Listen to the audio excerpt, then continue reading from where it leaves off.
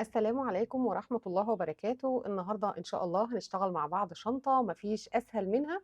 أتمنى كده يا رب تعجبكم، فيلا كده بينا على طريقة العمل. بس قبل ما نبدأ بفكركم بالاشتراك في القناة، ولو عجبكم الفيديو ما تنسوش تضغطوا لي على اللايك وتقولوا لي كده في كومنت إيه رأيكم في شنطتنا بتاعت النهاردة، وكمان شاركوني كده بتشاهدوني من أي بلد. يلا كده بينا نبدأ على تفاصيل فيديو النهاردة ونقول بسم الله. الشنطة اللي احنا هنشتغلها النهاردة هستخدم فيها خيط سلسلة، وكمان هستخدم معاها إبرة مقاس رقم 4، وهنحتاج لماركر. هبدأ أعمل عقدة بداية،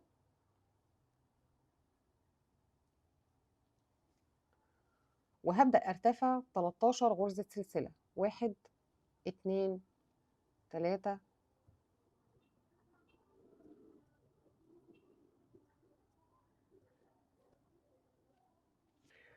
بعد ما ارتفعت 13 غرزة سلسلة هديكوا برضو مقاس السلسلة هنا.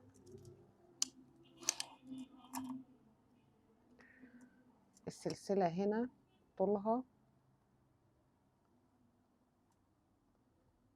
8 سنتي. كده أنا ارتفعت 13 سلسلة، هرتفع عليهم كمان سلسلة. هبدأ أشتغل في ظهر السلاسل، هروح في ظهر السلسلة التانية واشتغل حشو. السطر ده كله كده هيكون من غرزة الحشو. معايا كام غرزة حشو؟ معايا 13 غرزة حشو.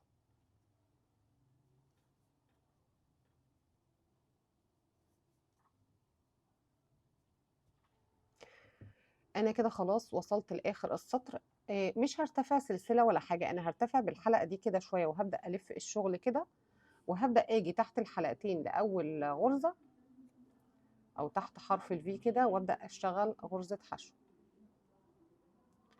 الغرزة اللي بعدها حشو. هشتغل كام غرزة حشو؟ 6 غرز حشو. يعني انا ال 13 غرزة دول هقسمهم، دي كده 3 4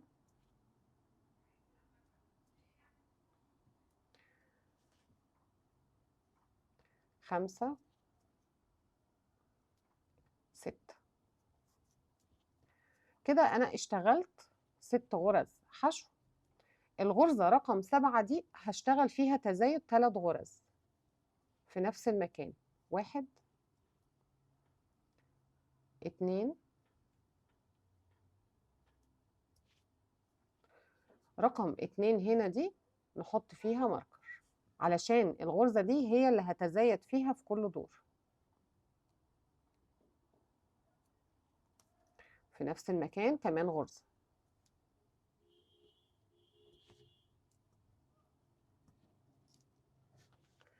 باقي هنا كده معايا 6 غرز هشتغل فوق كل غرزة منهم غرزة حشو. ادي 1 2 3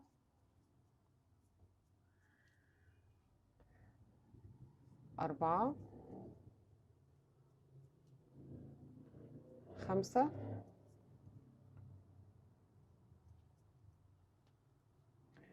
6.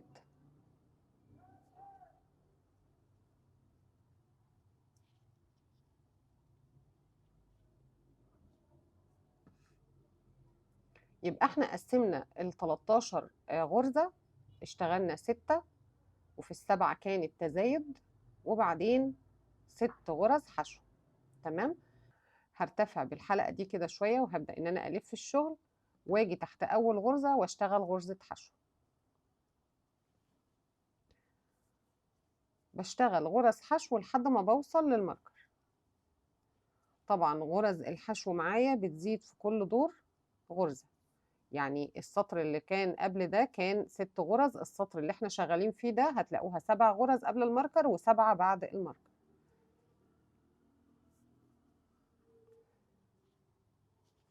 انا كده جيت للماركر، هبدأ ان انا اتزايد في الغرزة دي. يعني كل ما اجي في الغرزة اللي فيها الماركر دي اشتغل 3 غرز في نفس المكان. ادي 1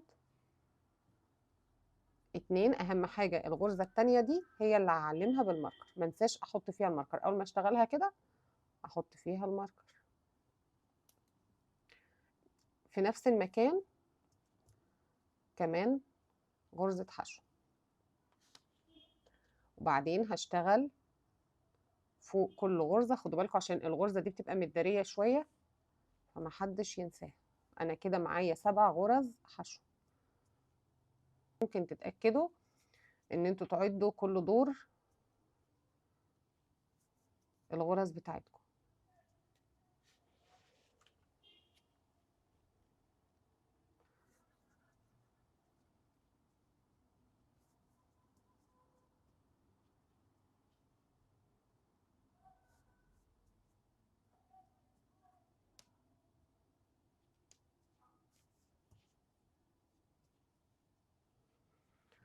برضو مش بنرتفع السلسله، انا برتفع بالحلقه كده شويه وابدا الف الشغل، واجي برضو اشتغل فوق كل غرزه اشتغل غرزه حشو واحده لحد ما بوصل للماركر. طيب علشان ما اطولش عليكم هقول لكم انا دلوقتي هبدا اشتغل ازاي. فوق كل غرزه في كل دور هشتغله هشتغل فوق كل غرزه غرزه حشو، والغرزه اللي في الماركر دي هشتغل فيها تزايد 3 في نفس المكان، وابدا اشتغل في كل غرزه غرزه حشو واحده. وبعدين ما برتفعش سلسله ولا حاجه، انا برتفع بالحلقه اللي على الابره شويه واشتغل اول غرزه حشو على طول. فانا هشتغل بنفس الطريقه دي ان انا بتزايد في كل سطر زي ما اتفقنا كده، وهرتفع عدد من السطور وبعدين ارجع لكم نشوف مع بعض وصلنا لايه وبقى عدد الغرز معانا كام وارتفعت كام سطر. انا كده خلاص بعد ما ارتفعت عدد من السطور وكنت بتزايد في كل سطر عدد السطور اللي انا ارتفعتها 18 سطر من الزياده. كل مره كنت بتزايد في الغرزه اللي فيها الماركر 3 غرز في نفس المكان. طيب قبل الماركر هنا معايا 23 غرزه، وبعد الماركر هنا معايا برضو 23 غرزه.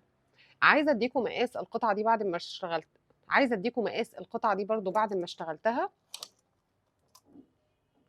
الطول بتاعها كده، الطول بتاعها من هنا لهنا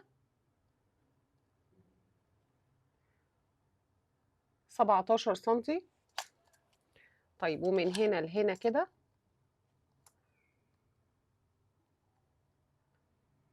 23 سنتي ونص. طيب احنا كده خلاص هنوقف تزايد، هنبدأ ان احنا نشتغل في قاعدة الشنطة. فهنشتغل ازاي بقى؟ طبعا اتفقنا ان احنا بنيجي في اول السطر مش بنرتفع، احنا بنرتفع بس بالحلقة دي كده شوية وابدأ اشتغل غرزة حشو فوق كل غرزة كده بشتغل غرزة حشو.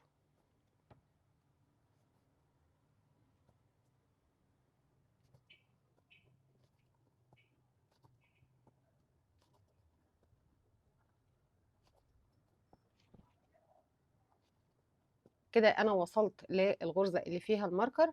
مش هشتغل طبعا تزايد، هشيل بس الماركر ده واشتغل مكانه غرزة حشو واحدة. بس اهم حاجة منساش ان انا احط الماركر تاني مكانه، وابدأ اكمل فوق كل غرزة غرزة حشو واحدة.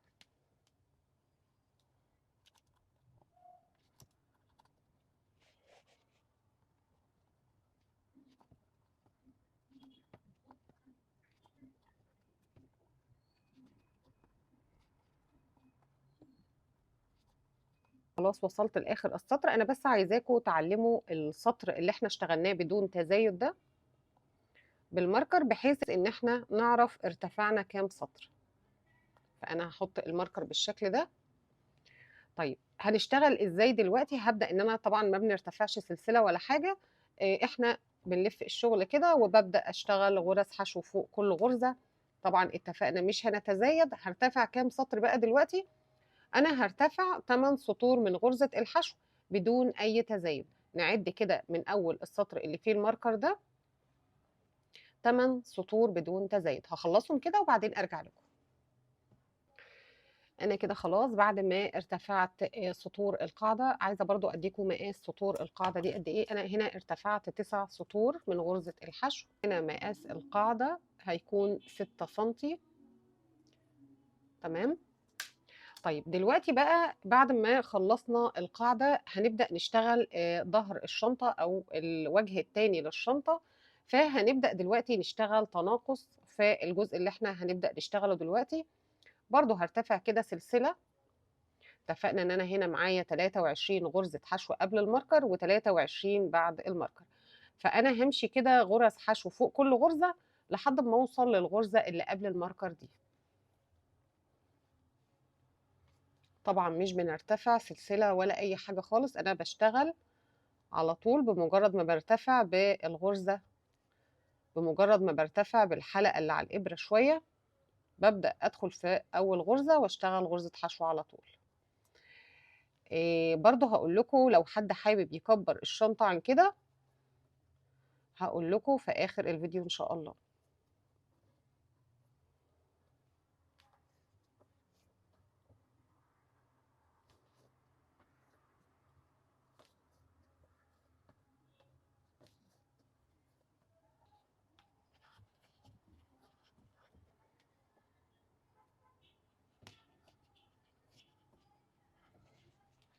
شايفين أنا كده جيت للغرزة اللي قبل الماركر والغرزة اللي فيها الماركر والغرزة اللي بعد الماركر. أنا هاخد التلاتة دول مع بعض تناقص، يبقى الغرزة اللي قبل الماركر والغرزة اللي فيها الماركر والغرزة اللي بعد الماركر.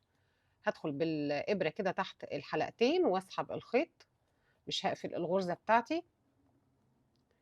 هبدأ أشيل الماركر، هدخل كده بالإبرة أسحب الخيط واطلع، أدخل في الحلقة أو في الغرزة اللي بعدها أسحب الخيط واطلع. كده معايا 4 لفات على الإبرة، هلف الخيط واطلع من الأربعة مرة واحدة.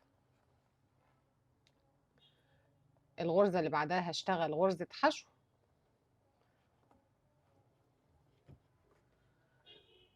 الغرزة اللي أنا اشتغلتها بعد التناقص دي هي اللي هحط فيها الماركر.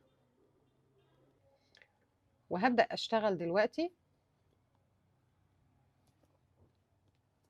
فوق كل غرزة غرزة حشو واحدة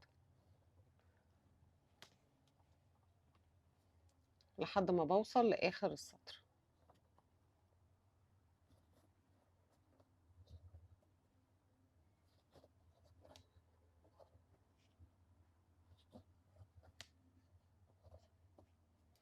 أنا كده وصلت لآخر السطر. هبدأ إن أنا أكرر وألف الشغل وأبدأ إن أنا أشتغل فوق كل غرزة غرزة حشو واحدة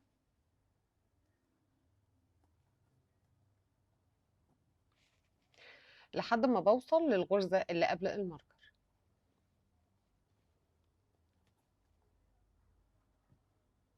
كده انا جيت للغرزة اللي قبل الماركر. هنبدأ نشتغل التزايد في السطر ده ان انا بدخل في الثلاث غرز مع بعض، الغرزة اللي قبل الماركر والغرزة اللي فيها الماركر والغرزة اللي بعدها. دي الغرزة اللي قبل الماركر اهي. هسحب الخيط بالإبرة كده واطلع. الغرزة اللي فيها الماركر والغرزة اللي بعد الماركر. يبقى انا كده خدت 3 غرز مع بعض خليتهم غرزة واحدة. الغرزة اللي بعدها هشتغل فيها غرزة حشو، وهي دي اللي انا بحط فيها الماركر، مش الغرزة اللي انا بتناقص فيها، لا، غرزة الحشو اللي بشتغلها بعدها اللي بعد التناقص هي اللي بحط فيها الماركر. هبدأ دلوقتي ان انا في كل غرزة اشتغل غرزة حشو واحدة لحد ما بوصل برضو لاخر السطر. دلوقتي انا خلاص خلصت السطر. هبدأ برضو ان انا الف الشغل وابدأ اشتغل غرزة حشو فوق كل غرزة. طيب دلوقتي احنا هنا علشان برضو ما اطولش عليكم، احنا هنا اشتغلنا تزايد 18 سطر، يبقى التناقص اللي هنشتغله 18 سطر تناقص. من بداية أول تناقص اشتغلناه نبدأ نعد كده 18 سطر تناقص. هنتناقص زي ما احنا بنشتغل كده، إن أنا بشتغل غرز حشو فوق كل غرزة وباجي في الغرزة اللي قبل الماركر والغرزة اللي فيها الماركر والغرزة اللي بعد الماركر، اخد التلاتة مع بعض تناقص في غرزة واحدة. الغرزة اللي بعدها بشتغلها غرزة حشو، وهي دي اللي انا بحط فيها الماركر، مش غرزة التناقص.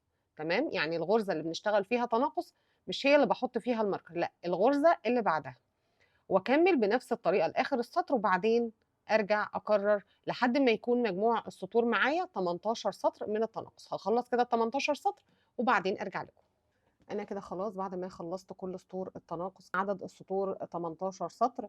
وفي اخر سطر كانت الغرز زي ما بدأنا الناحية التانية بالظبط، معايا 6 غرز والغرزة اللي في النص و6 غرز الناحية التانية. عدد الغرز كلها 13 غرزة حشو. تمام؟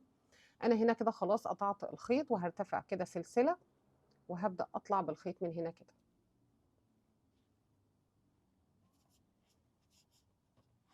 هنبدأ نسيب دي على جنب كده، ونبدأ نجيب الخيط ونعمل عقدة بداية، وهرتفع 8 سلسلة. 1 2 3 4 5 6 7 8. هاجي في ظهر السلاسل كده هبدأ أشتغل غرزة حشو. في كل غرزة كده هشتغل غرزة حشو.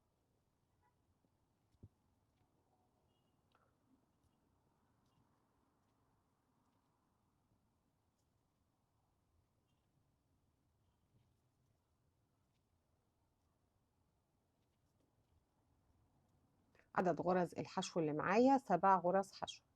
أنا المفروض بعمل الجزء ده اللي هو هركبه في الجنب هنا. طبعا احنا القاعدة هنا ارتفعنا 9 سطور، فطبعا ال7 دول هيبقوا 9 بس لما نخلص القطعة اللي احنا هنشتغلها دلوقتي ونبدأ نحوطها بغرز الحشو، فهيبقى مجموع الغرز اللي تحت هنا 9 غرز حشو زي بالظبط القاعدة. تمام؟ طيب هنشوف دلوقتي هنشتغل ازاي. اتفقنا ان احنا مش بنرتفع سلسلة ولا حاجة. هبدأ ان انا ارتفع بالحلقة دي شوية وابدأ الف الشغل. اول غرزة دي هشتغل فيها تزايد،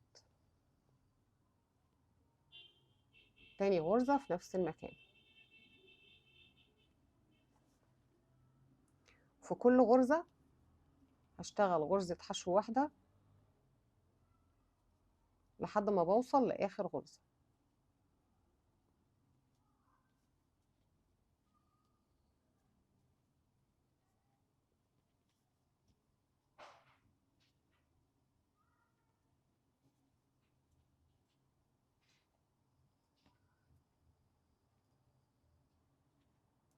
آخر غرزة دي هشتغل برضو فيها تزايد. ادي 1 2 في نفس المكان.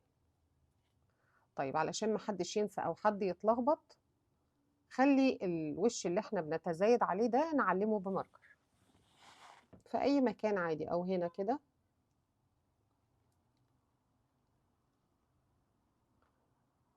بحيث ان انا اكون عارفة ان ده الوجه او الوش اللي انا بتزايد عليه. انا كده اشتغلت تزايد في اخر غرزة برضو. هبدأ ان انا ارفع الحلقة دي شوية وابدأ الف الشغل. السطر ده هيكون ثبات. في كل غرزة كده غرزة حشو واحدة. خدوا بالكم من آخر غرزة علشان بتكون جاية بميل، محدش ينسى يشتغل فيها. ده كده سطر الثبات. السطر اللي بعده هيكون سطر تزايد. هرتفع بالحلقة دي كده شوية وهلف الشغل. في أول غرزة هشتغل تزايد.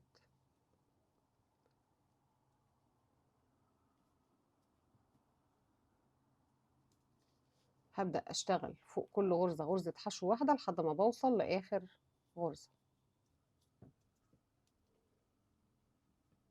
آخر غرزة هتزايد فيها، يعني آخر غرزة دي هشتغل فيها غرزة حشو، وفي نفس المكان بشتغل كمان غرزة حشو. يبقى أنا سطر بشتغل تزايد وسطر ثبات، سطر تزايد وسطر ثبات. السطر الجاي ده هيبقى سطر ثبات. هلف الشغل وهبدأ فوق كل غرزة أشتغل غرزة حشو واحدة بدون أي تزايد.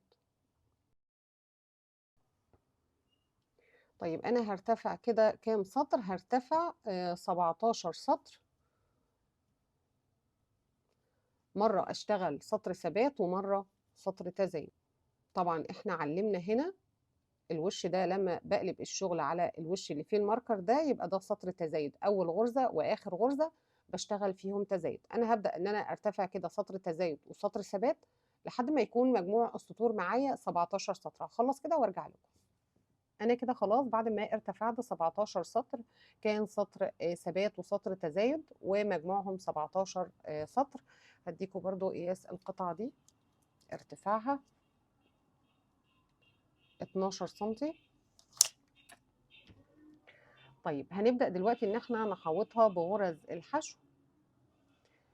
هرتفع سلسلة وفي نفس المكان هشتغل كمان غرزة حشو. هنبدأ دلوقتي في كل سطر اشتغلناه نشتغل غرزة حشو. هاجي في السطر اللي بعده واشتغل حشو. العقدة هتلاقوا عقدتين كده ورا بعض على طول، ده كده سطر. تمام. هدخل في السطر اللي بعده واشتغل برضو حشو.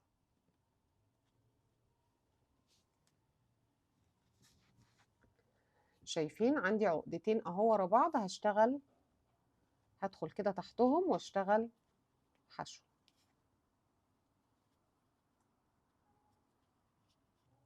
يبقى في كل سطر كده هبدأ ان انا ادخل واشتغل غرزة حشو.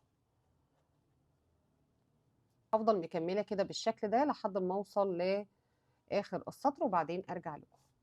انا كده خلاص خلصت السطر ده وهبدأ اشتغل الناحية دي. هاجي في اول غرزة كده وهبدأ اشتغل تزايد، 1 2، وهبدأ فوق كل غرزة كده اشتغل غرزة حشو واحدة لحد ما بوصل لآخر غرزة.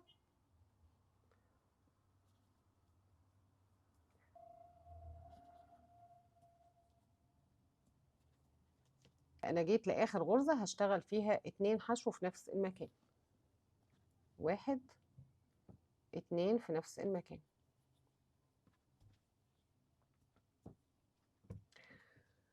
دلوقتي هبدأ على الناحية دي زي ما اشتغلنا هنا بالظبط، فوق كل سطر غرزة حشو واحدة. هخلص كده لحد آخر السطر وبعدين ارجع لكم. انا كده خلاص جيت لآخر غرزة في السطر. هبدأ اجي في آخر غرزة هنا كده، هبدأ اجي في اول غرزة في الناحية دي وابدأ اقفل بغرزة منزلقة.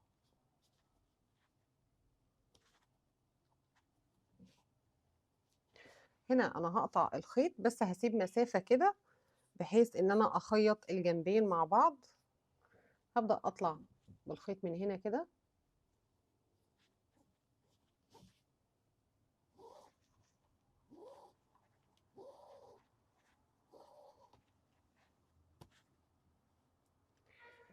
وهنجيب إبرة التنظيف. هنبدأ بقى دلوقتي نجمع الجزء ده مع الشنطة هنا. هبدأ ادخل بالخيط، شايفين اول غرزة دي هدخل كده من هنا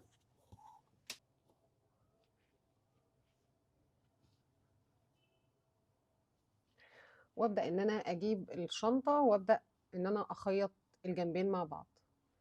هاجي في شايفين اول غرزة من الغرز اللي هنا دي هدخل فيها كده،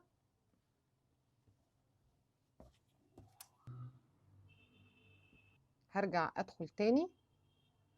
شايفين الحلقة دي هدخل من تحتها وارجع ادخل تاني في نفس الغرزة بالشكل ده. تمام. هبدأ ادخل في الحلقة اللي بعدها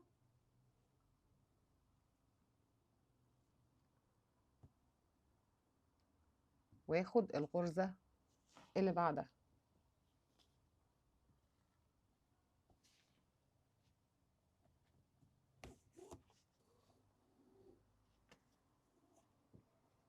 واخدين بالكم انا بخيط ازاي؟ بدخل كده ولما بطلع من هنا بدخل من الغرزة اللي بعدها واروح للغرزة اللي قدامها. تمام. هدخل دلوقتي تحت الحلقتين كده واروح في الغرزة اللي قصادها.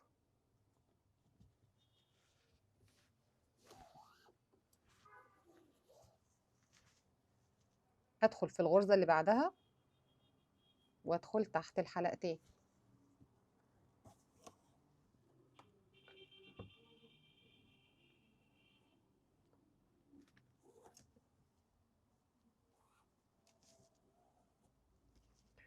هبدأ بالشكل ده اجمع كل الغرز قصاد بعضها كده لحد ما اوصل للاخر، وكمان اجمع الناحية التانية، وبعدين ارجع لكم نشوف شكل شنطتنا بقى عامل ازاي. انا كده خلاص بعد ما خلصت خياطة الجناب بتاعة الشنطة، زي ما انتم شايفين القلب اتكون عندنا اهو، بقى شكلها جميل جدا. طيب دلوقتي بقى انا كمان وانا بعد ما خلصت الجزء ده انا سبت مسافة كمان يعني علشان اخيط بيها، ومسافة كمان علشان اشتغل داير ما يدور الشنطة منزلقة. فانا هبدأ ادخل في اول حلقة هنا كده، اسحب الخيط وارتفع سلسلة. تمام. هروح للغرزة اللي بعدها، هدخل في الحلقة الأمامية كده واشتغل غرزة منزلقة.